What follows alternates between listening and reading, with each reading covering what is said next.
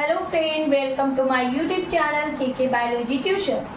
आज मैं आप सबको कैल्विन साइकिल के बारे में बताने जा रही हूँ। सबसे पहले तो आपको ये पता रखना बहुत ज़रूरी है कि कैल्विन साइकिल को डिस्कवर किसने किया। तो याद रखिए, कैल्विन को साइकिल को डिस्कवर मेल्विन कैल्विन नामी साइंसदान ने किया। ठीक है, अब देखिए क्या होगा कि सबसे पहले आप दूसरा क्वेश्चन आता है कि कैल्विन साइकिल जो है वो होता क्या। तो सबसे पहले पेड़ पौधे में कैल्विन साइकिल कौन सा अमल में होता है? फोटोसिंथेसिस के अमल में के दौरान ही अमल वाक़ होता है। ठीक है, फोटोसिंथेसिस का अमल क्या होगा? क्या जानदार में होगा? नहीं, वो कहाँ होगा? पेड़ पौधे। तो पेड़ पौधे में क्या मौजूद होता है? पत्ती के क्या होगा? मेसोफिल्स टिश्यू में कौन मौजूद रहेगा? क्लोरोप्लास्ट। क्लोरोप्लास्ट में कौन मौजूद रहेगा? स्ट्रोमा। क्लोरोप्लास्ट में क्या मौजूद रहता है? स्ट्रोमा। तो स्ट्रोमा में क्या होगा? ये अमल वाक़ होता है। बहुत बार क्वेश्चन में पूछ चुका है कि कैल्विन साइकिल कहाँ वाक़ होता है, तो याद रखिए कहाँ वाक़ होगा? स्ट्रोमा।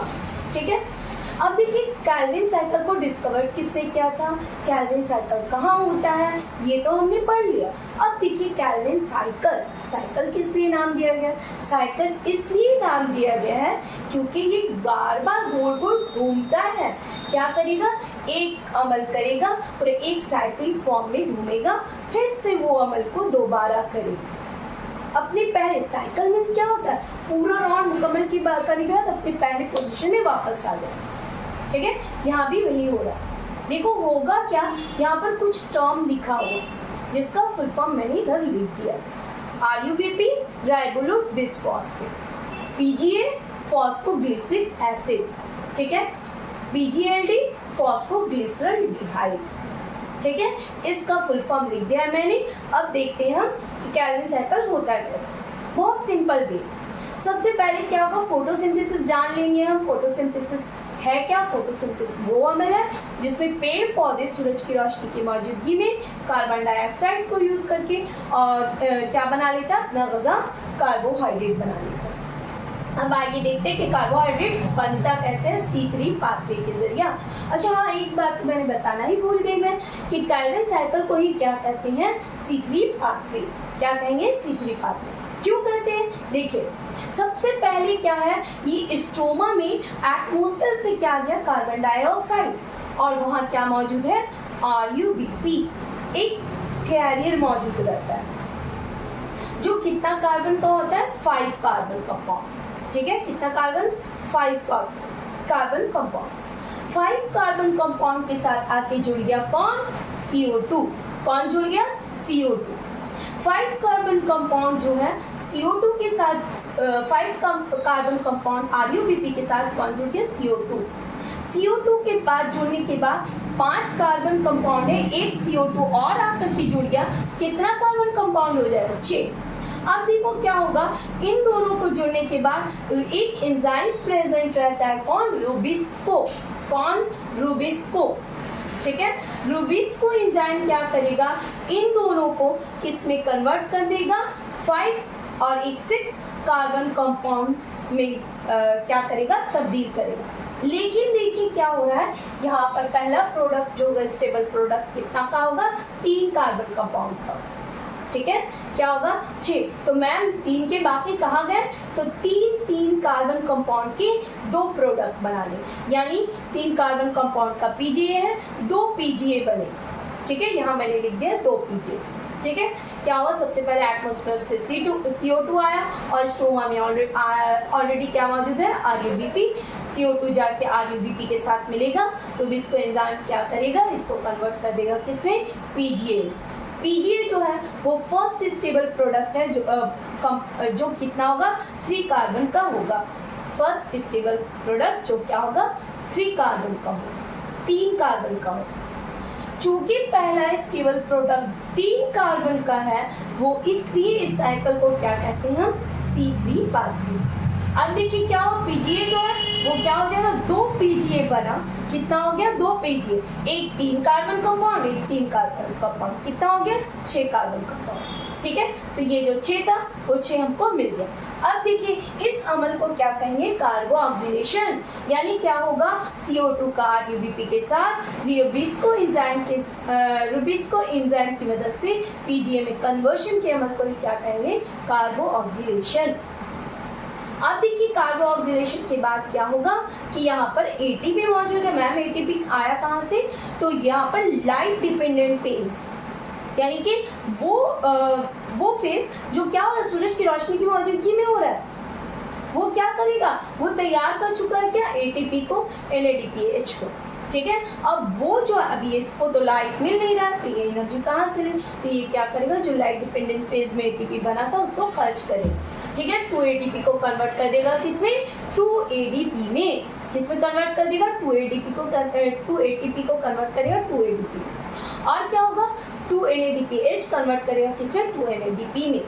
यानी यहाँ पर हाइड्रोजन का निकल जाना, हाइड्रोजन का निकल जाना is the process of reduction. यहाँ पर क्या होगा, रिडक्शन का अमल होगा और 3PGA जो है वो किसमें कन्वर्ट कर जाएगा, 3PGALD में। किसमें कन्वर्ट कर जाएगा, 3PGALD। यानी ये भी कितना है, 6 कार्बन कंपाउंड है। अब देखो इसमें से क्या हो जाएगा, 3 कार्बन कंपाउंड है। ठीक है, 3 कार्बन कंपाउंड 2 है तो क्या हो जाएगा, अब देखिए 1 कार्बन क्या होगा, निकल जाएगा, तो कितना हो जाएगा, 5 कार्बन। अब 5 कार्बन कंपाउंड क्या होगा, फिर से यहाँ पर क्या होगा, ATP जो होगा वो किसमें कन्वर्ट करेगा, सॉरी एरो का निशान, ATP जो होगा वो किसमें कन्वर्ट करेगा, ADP। फिर से ATP का खर्च हुआ और क्या होगा कि जो PGLD में से 1 कार्बन निकला वो किसमें कन्वर्ट हो गया, 5 कार्बन में क्या हो जाएगा, कन्वर्ट किसमें कन्वर्ट कर जाएगा, PGLD 1 कार्बन निकल गया। अब कार्बन जैसे ही निकलेगा वो क्या होगा, ATP को खर्च करेगा, ATP में कन्वर्ट करके किसमें कन्वर्ट कर जाएगा, RUBP। फिर से 5 कार्बन कंपाउंड, यानी 6 में से 1 निकल गया कार्बन, तो वो किसमें कन्वर्ट कर जाएगा, ATP को ADP में कन्वर्ट करके, ATP को यूज करके किसमें कन्वर्ट कर जाएगा, 5 कार्बन कंपाउंड में कन्वर्ट कर जाएगा। अब ये अमल देखो क्या हुआ, 1 कार्बन क्या हो गया, 1 कार्बन निकला है, शुगर प्रोड्यूस, कार्बोहाइड्रेट को प्रोड्यूस करने के लिए कितना कार्बन का जरूरत पड़ेगा, 6। यानी 1 शुगर को प्रोड्यूस करने के लिए क्या होगा, एक ग्लूकोज को प्रोड्यूस करने के लिए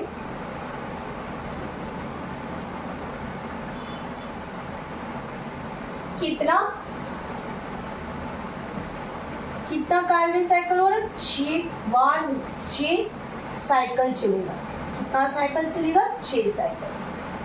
अब देखिए क्या होगा, 6 बार साइकिल चलेगा तो क्या होगा, 6 कार्बन होगा और 6 कार्बन प्रोड्यूस हो गया, मतलब मेरा ग्लूकोज प्रोड्यूस हो गया। तो अब देखिए क्या हो रहा है, कार्बन प्रोड्यूस, एक ग्लूकोज को प्रोड्यूस करने के लिए कितना सा कार्बन साइकिल चल रहा है, 6 साइकिल पूरा हो रहा है। तभी क्या हो रहा है कि 1 ग्लूकोज पैदा हो रहा है। तो अब देखिए यहाँ पर ATP कितना खर्च होगा, अब देखिए 6 2 कितना हो जाएगा, 12 ATP। और यहाँ पे क्या हो रहा है, फिर से 6 प्लस 6 ATP, कितना ATP होगा, 18 ATP खर्च होगा, 18 ATP खर्च होगा, 18 ATP खर्च होगा। ठीक है, कितना ATP खर्च होगा, 18 ATP। और NADP कितना खर्च होगा, 12। याद रखिए यहाँ से क्वेश्चन पूछता है, NADP कितना खर्च होगा, 12 NADP। H जो है वो किस में कन्वर्ट कर जाएगा, 12 NADP में। तो दोस्तों ये था मेरा केल्विन साइकिल यानी C3 पाथवे। उसमें क्या बताया मैंने कि कहाँ होता है, उसका साइकिल किस तरह से चलता है, एक ग्लूकोज को प्रोड्यूस करने के लिए कितना केल्विन साइकिल चलता है, तो 6 साइकिल। और क्या होता है, कितना ATP खर्च होता है, तो 18 ATP। और कितना NADPH, कितना NADP में कन्वर्ट करता है, तो 12 ATP। तो दोस्तों ये था आपका केल्विन साइकिल। अगर मेरी वीडियो पसंद आया है तो लाइक और सब्सक्राइब ज़रूर कीजिएगा और दूसरे लोगों तक शेयर कीजिएगा, ताकि आप जितने भी दोस्तों जितने भी स्टूडेंट्स हैं जिनको नहीं समझ में आ रहा है ये साइकिल, वो समझ सके और अपनी ज़िंदगी में आगे बढ़ सके। Thanks for watching.